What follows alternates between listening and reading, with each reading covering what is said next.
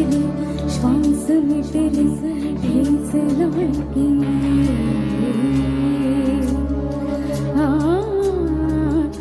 हात सुटले श्वास मिटले हेच लागी उत्तराना प्रश्न कसे हे पडले अंतराचे अंतर कसे ना कळले देवा काळजाची हाक ऐक एकदा तरी माझ्या ह्या जीवाची आग लागू दे तुझ्या हार पार काळ जात का दिलास घावतो दगडाच्या